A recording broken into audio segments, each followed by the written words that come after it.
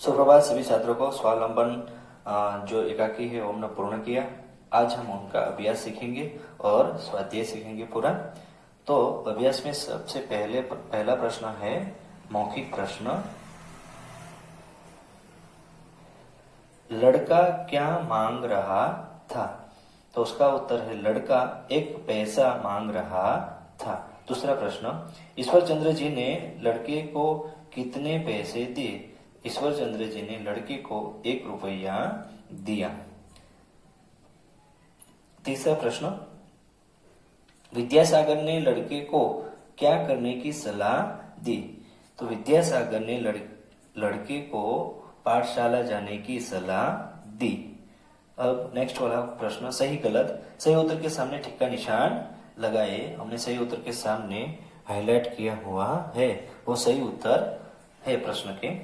लड़का ईश्वर चंद्र विद्यासागर से भीख में कितने पैसे मांग रहा था? तो उसके 2 ऑप्शन हैं, 1 पैसे और दूसरा है 1 रुपया। तो लड़के ने कितने पैसे मांगे थे? तो 1 पैसा। दूसरा प्रश्न, 1 आने देने पर लड़का उनका क्या करता है? 2 पैसे माँ को देता है, 2 पैसे की खाने पीने की चीजें लाता। तीसरा प्रश्न, विद्यासागर ने लड़के को कितने पैसे दिए? 1 पैसा और दूसरा ऑप्शन है 1 रुपया। तो उसका सही उत्तर है 1 रुपया। लड़के ने 1 रुपये से कितने पैसे कमा लिए? तो उसका 2 ऑप्शन है, 50 रुपये और दूसरा है 50-100 रुपये। तो उसका पहला उत्तर सही है 50 रुपये। अब पाठ बोध किसने कहा, क्यों कहा? पहला प्रश्न, आप तो मजाक कर रहे हो। आप तो मजाक कर रहे हैं। लड़के ने खींचने पर क्यों कहा? तो खींचने पर लड़का वो खींच गया, क्योंकि पहले विद्यासागर ने बोला था 1 रुपया, 1 आना दो, 2 आना दो, तो खींच गया कि ये पैसे देने वाला नहीं है। देखो यहाँ पर जो किसने कहा, क्यों कहा, किसने कहा, क्यों कहा, ऐसा प्रश्न है। तो उसका उत्तर है लड़के ने खींचने पर कहा। देखो कहीं खोना नहीं, अपनी माँ को देना। विद्यासागर ने पैसे कहीं गिर नहीं जाए इसलिए कहा। अब तुम रोज रात्रि पाठशाला में जाया करो। विद्यासागर ने ताकि बालक शिक्षित हो जाए इसलिए कहा। अब जो दूसरा प्रश्न है, हमारा प्रश्नों के उत्तर लिखिए। जो 2-3 वाक्य में प्रश्न के उत्तर होते हैं वो हमें लिखने हैं।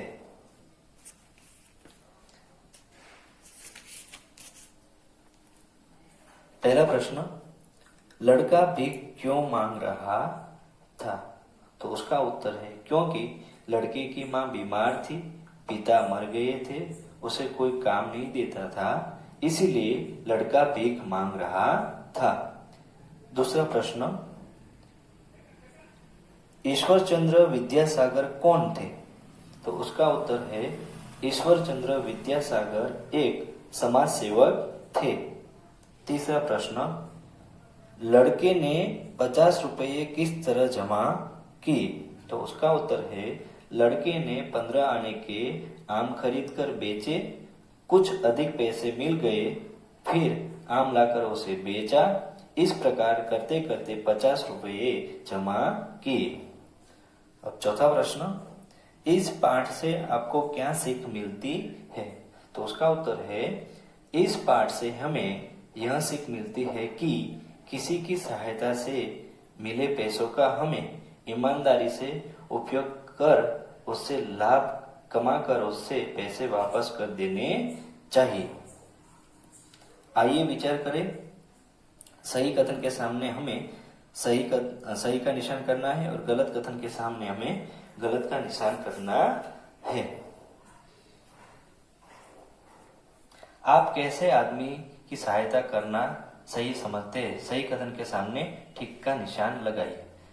गरीब और कामचोर गलत, ऐसे आदमी की हम सहायता नहीं करें। गरीब लेकिन मेहनत की तो सही। किसी दिनहीन लाचार की सही। ऐसे आदमी की जो आगे बढ़ना चाहता है सही। धनी व्यक्ति की जिसे आपको भी कुछ लाभ हो गलत। और यदि आपको 1 रुपया दिया जाए तो आप उससे 50 रुपए कैसे कमा सकते हैं सोच कर लिखिए। वो आपका विचार है, आपको होमवर्क में लिखना है। भाषा से निम्नलिखित संज्ञा शब्दों के लिंग बताइए। लिंग बताना है, स्त्रीलिंग है या पुल्लिंग है।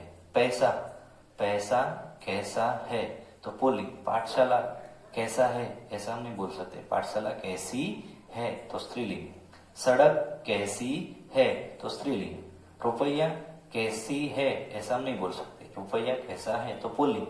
दुकान कैसी है स्त्रीलिंग। खाना कैसा है तो पुल्लिंग। तो फिर से पैसा पुल्लिंग, सड़क स्त्रीलिंग, दुकान स्त्रीलिंग, पाठशाला स्त्रीलिंग, रुपया पुल्लिंग, खाना पुल्लिंग। उसके बाद वाला प्रश्न है निम्नलिखित वाक्यों के भाववाचक संज्ञा शब्दों को रेखांकित कीजिए। जिन वाक्यों में से हमें भाववाचक शब्द मिलते हैं उनके नीचे हमें अंडरलाइन करना है। तो यहां पर मैंने अंडरलाइन किया हुआ है। लड़के ने भीख मांगनी छोड़ दी तो उसका भाववाचक संज्ञा है भीख। मालिक आप तो मजाक कर रहे हैं, उसमें भाववाचक है मजाक। अब मैं और मेरी माँ बड़े सुख से यहाँ रहते, सुख वो भाववाचक संज्ञा है। मालिक यह सब आपकी कृपा, कृपा है, कृपा भाववाचक संज्ञा है। अच्छा है तुम अपनी जीविका, जीविका वो भाववाचक संज्ञा है, कमाने लगे, इससे तुम्हारी दुकानदारी को लाभ होगा, दुकानदारी भाववाचक संज्ञा है। तीसरा प्रश्न, निम्नलिखित प्रश्नवाचक शब्दों के वाक्य में प्रयोग कीजिए। प्रश्नवाचक शब्द यहाँ पर दिए गए हैं, उनका वाक्य में प्रयोग करना है। तो पहला शब्द है क्या, तो उसका कैसे वाक्य में प्रयोग होता है। क्या आप बाजार जा रहे हो, लास्ट में क्या करना है, प्रश्नवाचक होता है तो क्वेश्चन मार्क। क्यों, उसने नौकरी क्यों छोड़ दी, कैसे, आपके माता पिता कैसे हैं, ऐसे आपको बाकी जो शब्द है उनको क्वेश्चन मार्क में वाक्य बनाना है, वो आपको होमवर्क में लिखना है। क्रियाकलाप नहीं करना है, वो कैंसल। अब अपठित गद्यांश, जो पैराग्राफ पढ़कर हमें उसके प्रश्नों के उत्तर लिखने हैं। निम्नलिखित गद्यांश को पढ़कर पूछे गए प्रश्नों के उत्तर दीजिए। आपको घर पे पढ़ना है, उसके बाद उसके उत्तर यहाँ पर लिखना है। मैंने यहाँ पर जो आंसर आता है वहां पर अंडरलाइन कर दी है। तो उसके उत्तर है, जेम्स क्या भूल गया, तो उसका उत्तर है